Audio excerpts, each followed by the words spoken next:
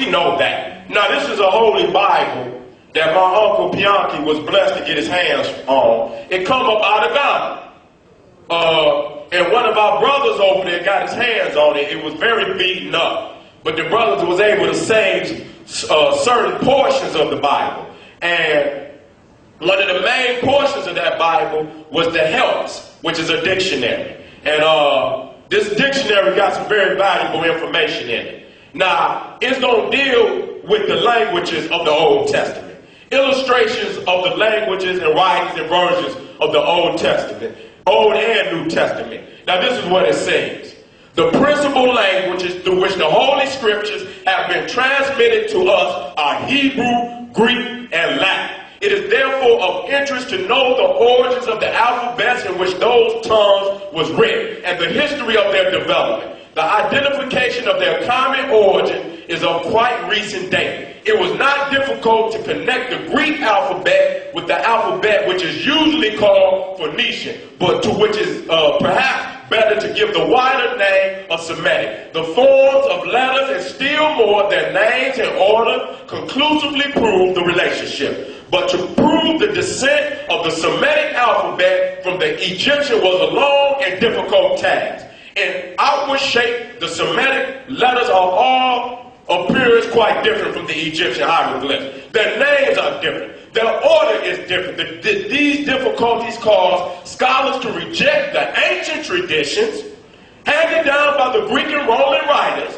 The ancient tradition, so they already knew even in the ancient world, the ancient tradition handed down by the Greek and Roman writers that the Semites had originally obtained their letters from Egypt. The tradition has, however, proved correct in 1859. The French Egyptologist Desroches published the results of his study of an ancient cursive form of Egyptian writing, a form to which the name of hieratic or writing of the priest has been given, and showed beyond reasonable doubt that it was the connecting link between the Egyptian and Semitic alphabet. The most important document of what he made use was the Prissy Papyrus, plate 4. I got that plate in the Helps. The date of which is conjured to be about 2500 BCE.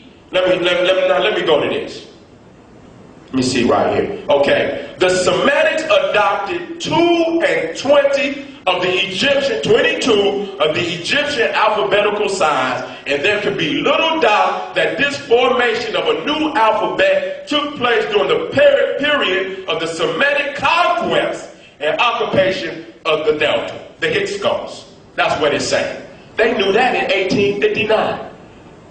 The structure in human history was built by Imhotep, the step pyramid of Saqqara, and that was built around 2668, 2649 BCE. That's 1,000 years before Abraham. That's 1,000 years before Abraham. And this what was going on in Africa before the Hebrew even comes on the scene. So remember that timeline. Abraham is the first Hebrew. Now what you're seeing now is the Jewish Museum in New York City. And what they have at the top of their museum is the step pyramid.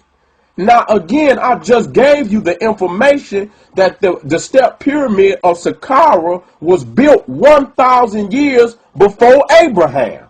Now why would they steal a monument they know that was created before they even existed? That's just flat out thievery. That's just flat out thievery. There's no other way around that. But you have to recognize when you was on the scene. You have to recognize your dates, and you align those dates. And then from the mathematics, since a lot of people want to kick mathematics, based on the mathematics, you can add and subtract certain information, whether it's valid or not. Now here we are with the winged sun disk of Ra.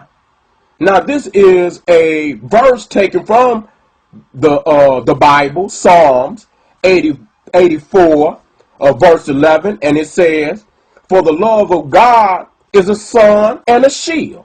For the Lord God is a sun and a shield. For the Lord God is a sun and a shield. The Lord will give grace and glory. No good thing will he withhold from them that walk uprightly. Psalm 84, verse 11. Now, here it is. When we have it, then it's idolatry. When we have it, it's paganism. But when they speak it, it's holy. Now the thing is, they stole a lot of what we just read right up off of the walls and temples of ancient Kemet, Nubia, and Ethiopia. Just like I put it right up under the sun disk, it lets you know it fits right with the architecture. It fits right with the symbolisms off of the walls, because that's where they stole it. That's why when you're dealing with the Bible, they can never show you any physical artifacts, because basically where they stole it from, if they give you images of what the verse is actually saying, it would be nothing but an imitation of what you've seen on the walls of ancient Egypt, Nubia, and Ethiopia. Now, as we move to the next slide, it speaks, but unto you that fear my name shall the Son of righteousness arise with healing in his wings, and ye shall go forth and grow up as calves of the stall. Malachi 4, verse 2. And you must look at this verse, because son is spelled with a capital S. With the capital S, meaning that it is a person. And righteousness will arise with healing in his wings. They stole it right up off the wall. You can't get no more clear than that. But when you got it, when the African got it, it's idolatry. It's paganism. It's heathenism. But when they speak it, it's holy. The being. Ain't no damn Moses wrote no damn Genesis.